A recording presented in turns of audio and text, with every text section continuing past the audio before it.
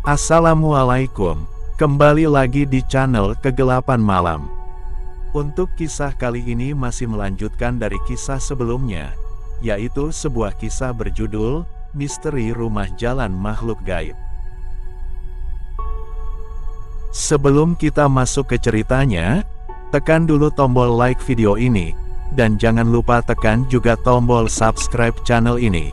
Dan nyalakan juga lonceng notifikasinya agar tidak ketinggalan cerita-cerita baru dari channel ini. Dan seperti apa kisahnya, langsung saja kita simak cerita berikut ini.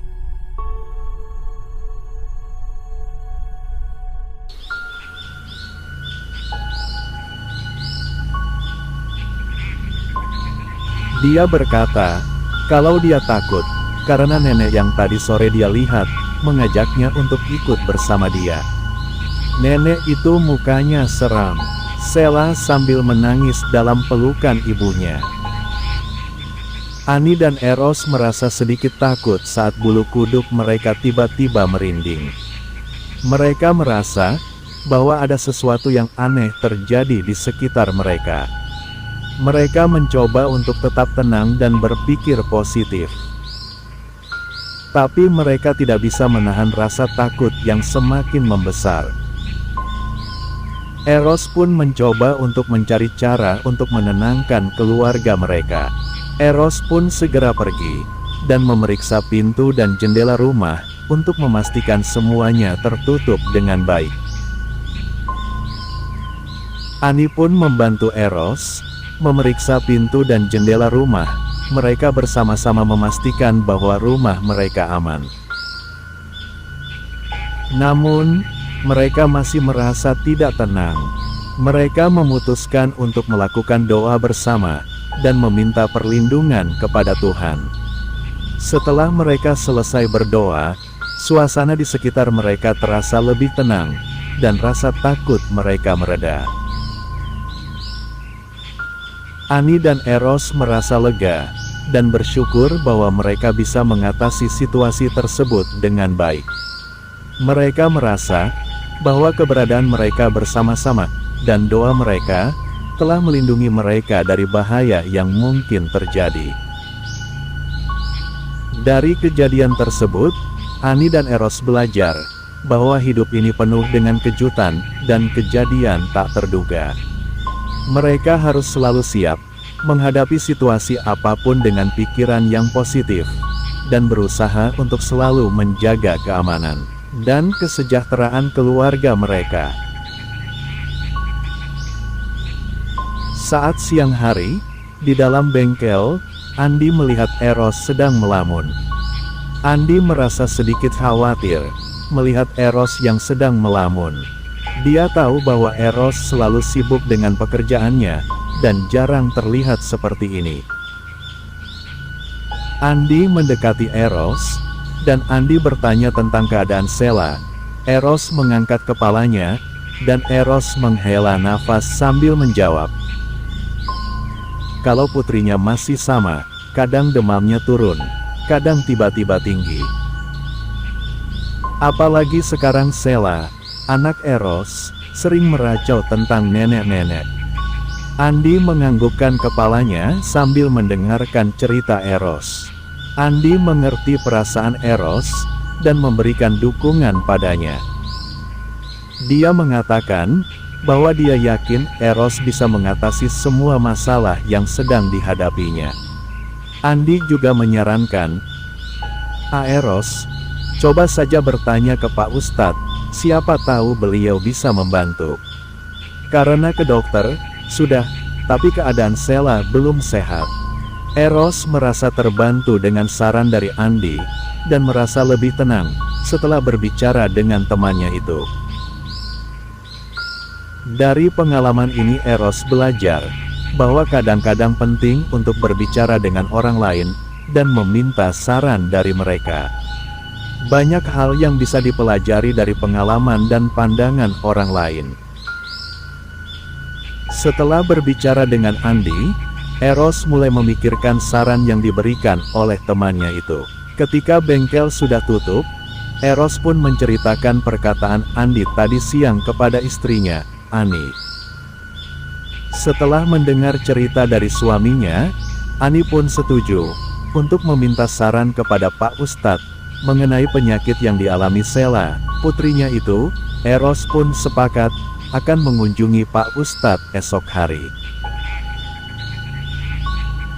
Keesokan harinya, Eros pun mengunjungi ke rumah Pak Ustadz. Mudah-mudahan Pak Ustadz ada di rumah, dan tidak sedang keluar, ujar Eros dalam hati. Kemudian Eros mengetuk pintu, dan mengucapkan salam. Terdengar seseorang menjawab salam, dan membukakan pintu, dan alhamdulillah ternyata itu Pak Ustadz ada di rumah, ujar Eros dalam hati. Kemudian, Eros dipersilahkan masuk dan duduk. Pak Ustadz pun bertanya, ada keperluan apa kepada Eros? Karena tidak biasanya dia bertamu. Kemudian, Eros pun mengutarakan perihal dia bertamu ke rumah Pak Ustadz. Dia menceritakan keadaan Sheila, dan perubahan keadaan di dalam rumahnya. Setelah mendengarkan cerita mereka, sejenak Pak Ustadz memejamkan mata. Lalu beliau menyuruh istrinya, istri Pak Ustadz, untuk diambilkan air mineral, dan dibacakan doa. Tidak beberapa lama, beliau selesai membacakan doa. Beliau berkata, kalau dia melihat ada makhluk berwujud nenek-nenek dan anak-anak yang selalu bermain di pekarangan rumah Eros. Beliau mengatakan, kalau nenek itu ingin mengajak Sheila bermain. Eros pun berkata dalam hatinya, bahwa apa yang dikatakan Sheila pada istrinya itu, mengenai nenek-nenek yang mengajaknya bermain, benar adanya.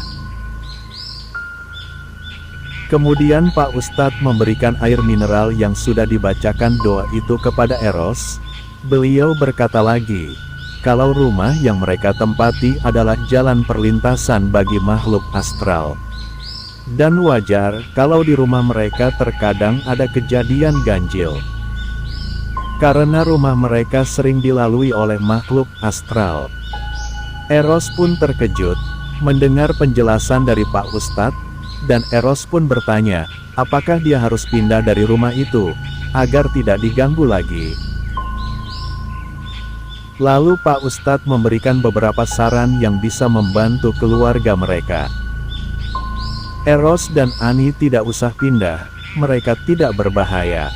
Pak Ustadz menyarankan, agar keluarga Eros dan Ani lebih sering membaca Al-Quran, berdoa, dan zikir, serta memperbanyak ibadah. Dan berdoa kepada Allah Subhanahu wa Ta'ala, supaya dilindungi dari makhluk-makhluk yang jahat.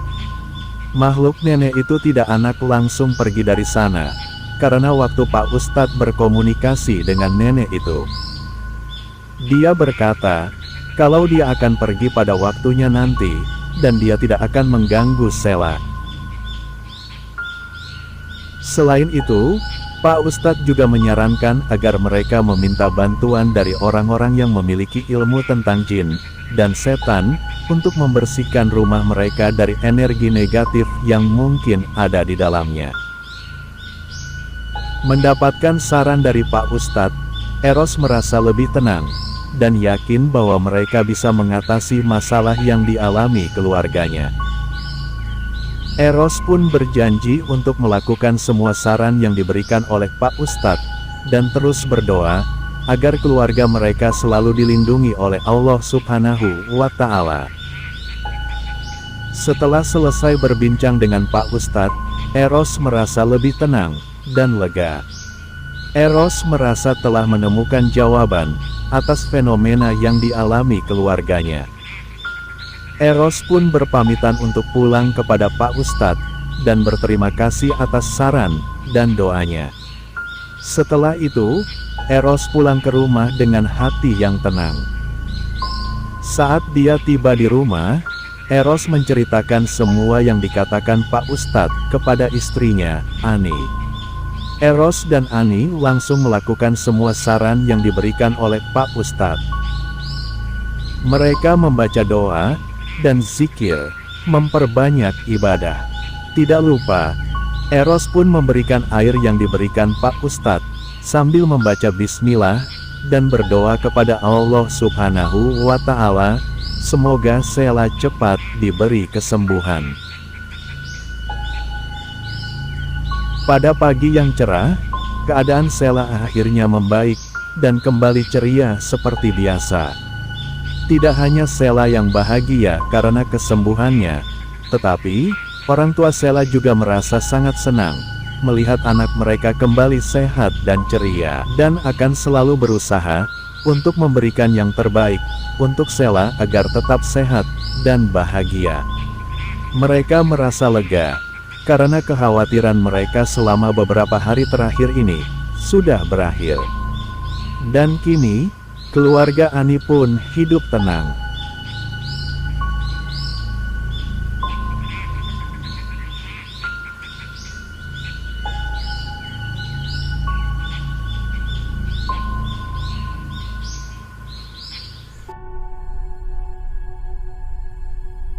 Baiklah teman-teman semuanya, semoga apa yang saya sampaikan dalam kisah ini dapat dijadikan pelajaran untuk kita semuanya. Dan bagi teman-teman yang baru bergabung, jangan lupa untuk like, komen, dan subscribe channel ini. Dan nantikan kisah horor berikutnya, tetap di channel Kegelapan Malam. Wassalamualaikum warahmatullahi wabarakatuh.